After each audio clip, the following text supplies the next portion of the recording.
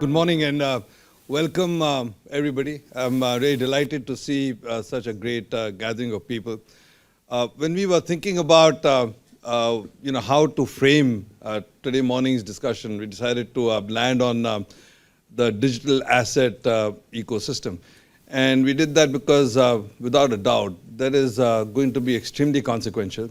But perhaps more interesting, there's some pretty extreme views on the subject from shouldn't exist to world can't do without them. And because we had the opportunity to really bring the convening power and the thought leadership of Bretton Woods, as well as the opportunity to bring many of the right kinds of players into this audience, we figured it would be a great subject to spend some time on and see if we can try and contribute to the thinking on this. I'm going to leave it to Emily, who's going to come up here in a couple of minutes to explain why Bretton Woods is involved with this. But perhaps a quick word on why DBS is involved with this. As you know, we spent several years, the last 8 or 10, repositioning ourselves as more of a tech company, a digital player, than a traditional bank. And frankly, a lot of our work over the years has paid us dividends, both in terms of reimagining and redefining the customer experience, as well as on the back of that, repositioning the bank in the minds of the investor community itself. But in the last couple of years, our focus has moved on from just digitization, which is obviously table stakes today, to really thinking hard about some of the new areas. And the two big ones that occupy our mind, one is obviously data and artificial intelligence. We just think the world belongs to people who can master that. But the second is really the power of the blockchain, distributed ledger technologies, and what it means for the future of every kind of digital asset. I think it has got profound implications on the back office of the world for sure, moving on from a hub and spoke system to a point-to-point system. But it also has very important consequences, implications for what we think of as value and what we think of as value transfer, so payment systems, digital asset systems, etc. So it is something we're engaged with. Some of you might know we launched a digital exchange a couple of years ago. So we have a tokenizing platform, a listing platform, an exchange trading platform, a digital custody platform. And even through the crypto winter of the last few months, the underlying volumes and activity on those platforms have held up quite nicely.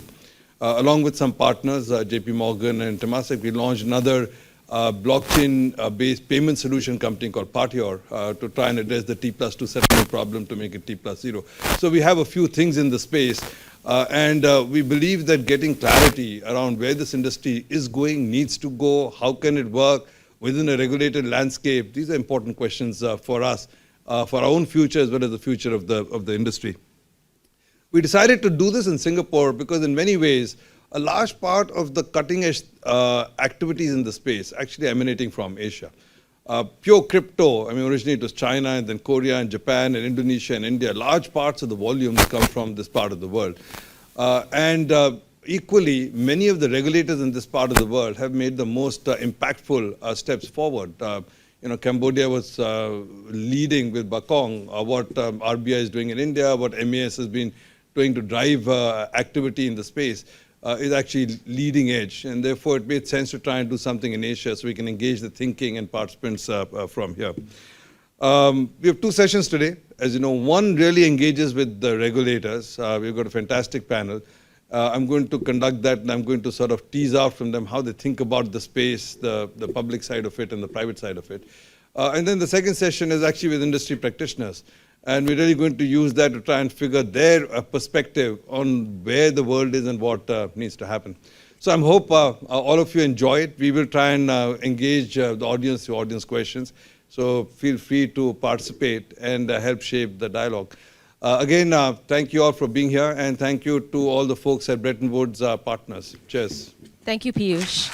Next, I would like to invite Ms. Emily Slater, Executive Director, Bretton Woods Committee. Thank you, Piyush, and thank you all for being here today. Very delighted to be here in Singapore, my first time in the city. So thank you for giving Bretton Woods Committee a very gracious welcome. I'm Emily Slater, the Executive Director of BWC, and first and foremost, I have to thank Piyush and his wonderful DBS team. Thank you all for being such gracious hosts and generous partners. Absolutely could not have done this without you. So thank you very much. And secondly, I want to thank Mr. Sopendu Mohanty. He has really been instrumental, and MAS has been instrumental in really providing thought leadership and guidance. So very much appreciate his support, and we're just very fortunate to have developed such fruitful relationships with these wonderful local partners. Also want to just thank my BWC team. They've done a fantastic job in helping do all the planning for this event. So for those of you unfamiliar with the Bretton Woods Committee, we're a global nonprofit organization. We're based in Washington, D.C., and we are dedicated to international financial and economic cooperation. Historically, our focus has primarily been on really advancing the value of multilateralism and really supporting effective multilateral institutions such as the IMF and the World Bank. In recent years, under the leadership of our board chair, Bill Dudley, who's here with us today, and also global thought leaders such as Piyush, who serves on our advisory council, we've really expanded our mission beyond just the multilateral institutions, and we're doing policy work in new areas, such as climate finance, such as private sector engagement with the IFIs, and such as digital finance, which is what brings us here today.